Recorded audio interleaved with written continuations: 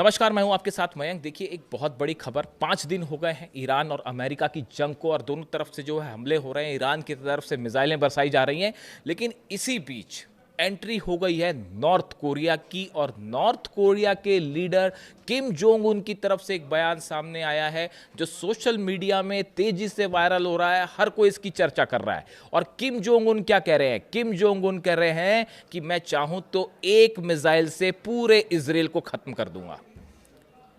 किम Jong उन कह रहे हैं, शायद डोनाल्ड ट्रंप के अंदाज में ही वो जवाब दे रहे हैं कि मैं चाहूं तो एक मिसाइल से पूरे इजराइल को ख़त्म कर सकता हूं। देखिए, उन्होंने कई और बातें कही हैं जो इस बयान, इस पूरे हालात में बेहद अहम है। किम जोंग उन के क्या वर्ड्स हैं मैं बता रहा हूं। If Iran requests we will supply missiles against Israel. Kim Jong Un ने कहा है, अगर ईरान चाहे, हमसे मांगेगा, तो हम इस जंग के बीच में अपनी मिसाइल्स देने को तैयार हैं। ये पहला बयान है किसी लीडर का। 4 दिन जंग को हो चुके हैं, आज 5वां दिन है। पहली बार किसी लीडर ने खुल के ये कहा कि हम ईरान की मदद के लिए मिसाइल्स भेजने को तैयार हैं। पहली बात। दूसरी बात, one missile is enough to destroy them. उसने, किम जोंग उन की तरफ से बयान आया है कि मेरी एक मिसाइल काफ़ी है इजराइल को और अमेरिका को ख़त्म करने के लिए।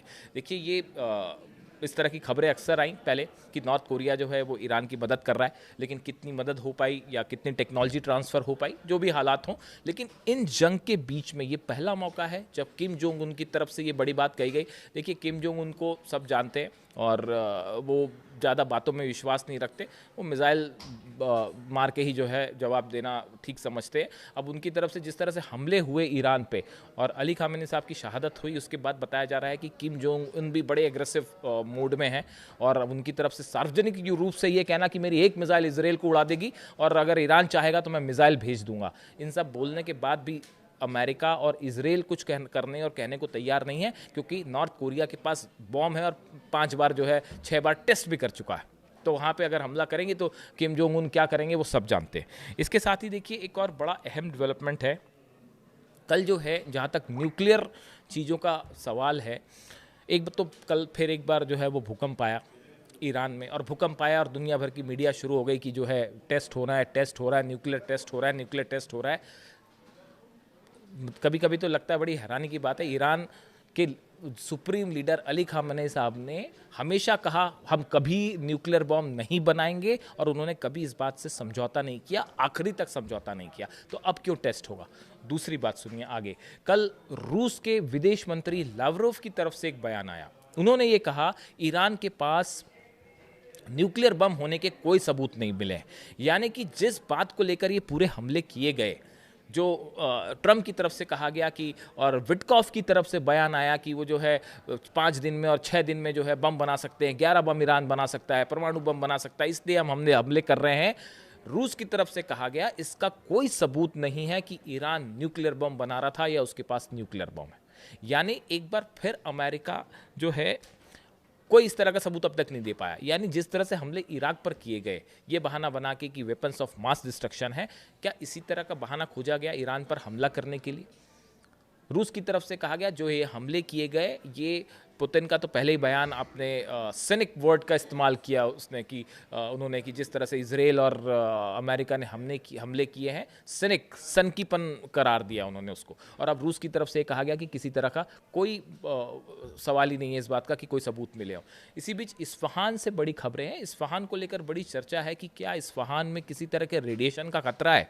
इस तरह की तमाम बातें हुई। IAEA की तरफ से कहा गया कि वहाँ रेडिएशन का खतरा है। ईरान ने माना है कि हमारे इस्फहान पर हमले हुए हैं, लेकिन फिलहाल रेडिएशन की जैसी कोई स्थिति नहीं है कि जिसके चलते कोई रेडिएशन हो जाएगा और जिससे बड़ा जो है रेडिएशन से नुकसान हो ईरान को। इस तरह की कोई सबूत फिलहाल नहीं है। इसके साथ एक और डेवलपमेंट, एक और खबर, कई ड्रोन से बताया जाता है कि बीती रात इजराइल ने, बल्कि बीती शाम जो है, इजराइल की तरफ से कई ड्रोन अटैक की कोशिश की गई इस्फहान में। यानी कि इस्फहान के आसमान पे 2 ड्रोन अटैक्स थे जो कि वहाँ पे अटैक करने गए थे, उनको ईरान के एयर डिफेंस ने मार गिराया है। इस तरह की खबरें हैं। देखिए, इस्फहान पर हमले हो रहे हैं, लेकिन कई सारे एयर डिफेंस सिस्टम्स ऐसे हैं जो जिनकी लोकेशंस पता करना बेहद मुश्किल काम है। अंडरग्राउंड से उनमें से काफ़ी कई सारे, और इजराइल के ड्रोन्स मार गिराए गए इस्फहान में। ये बात कंफर्म है, मतलब इस सूत्रों से खबर नहीं है, कंफर्म खबर है कि कई ड्रोन्स जो हैं इस्फहान में गिराए गए जो वहाँ हमला करने गए थे। यानी देखिए कुल मिला के हालात ऐसे हैं कि एक ऐसी जंग है जिसमें अमेरिका और इजराइल कूद तो गए हैं। शुरुआत ईरान ने कहा कि शुरुआत तुमने की थी, ख़त्म हम करेंगे। इजराइल और अमेरिका इस जंग में कूद तो गए हैं, लेकिन इसका अंत नहीं दिखाई दे रहा। और ये बात डोनाल्ड ट्रंप भी समझ रहे हैं। कहाँ तो बात हो रही थी कि 2-3 दिन में जो है हम जंग ख़त्म कर देंगे, अब वो 1 महीने तक पहुंच चुका है। और आप देखिए पिछले 5 दिनों में ईरान भारी पड़ता दिखाई दे रहा है। पूरे अरब देशों पर अकेला देश लड़ाई कर रहा है। उसके बावजूद जो है वो अभी तक ईरान में करना क्या है इसका प्लान अमेरिका के पास साफ नहीं है। और जो हमले हो रहे हैं वो अलग, पूरी दुनिया का ऑयल रुक चुका है, हॉर्मुज बंद हो चुका है। इसका असर दुनिया के ऑयल सप्लाई पे पड़ने जा रहा है। पर बैरल की कॉस्ट जो है वो आसमान छू जाएगी। ऐसे सिचुएशन में ये वॉर एक्सपर्ट्स बता रहे हैं कि जैसा प्लान करके हुआ था वो बिल्कुल पूरी तरह से फेल है। और जो डोनाल्ड ट्रंप कह रहे हैं कि ईरान बातचीत को तैयार है, बिल्कुल तैयार नहीं है। और ये बात है इस तरह की ईरान सरेंडर करेगा या वहाँ की जनता किसके साथ है। देखिए ईरान की तस्वीरें, वहाँ पे उन बच्चियों की जो शहादत हुई, जो बच्चियों की मौत हुई है, उनकी अंतिम यात्रा में जब बम बरस रहे थे तब भी जो है उनको जब दफनाया जा रहा था तो हज़ारों लाखों लोग ईरान की सड़कों पर हैं। और वो किसी B-2 बॉम्बर से नहीं डर रहे और किसी जो है वो अमेरिकन टॉमहॉक मिसाइल से डर रहे और ना किसी फाइटर जेट से डर रहे। तो देखिए हालात एक बार फिर फंसे हुए। जो भी अपडेट होगा इससे जुड़ा अगली वीडियो में आप तक पहुँचाऊँगा। Thank you so much.